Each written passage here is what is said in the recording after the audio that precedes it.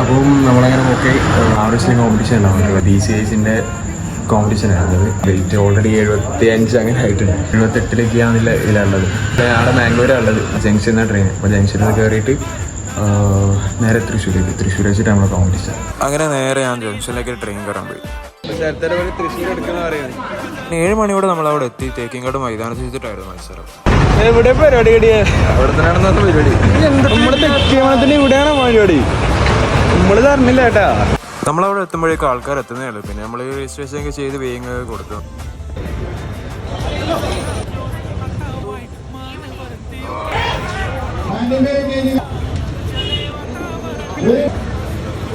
നമ്മളിവിടെ വന്ന എല്ലാവരും തന്നെ കപ്പടിച്ചിട്ടുണ്ടായിരുന്നു.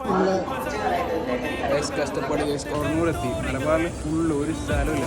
വന്നിട്ടാണ് അതിൽ കയറാൻ. അതിലെങ്കിലും ഉണ്ടോ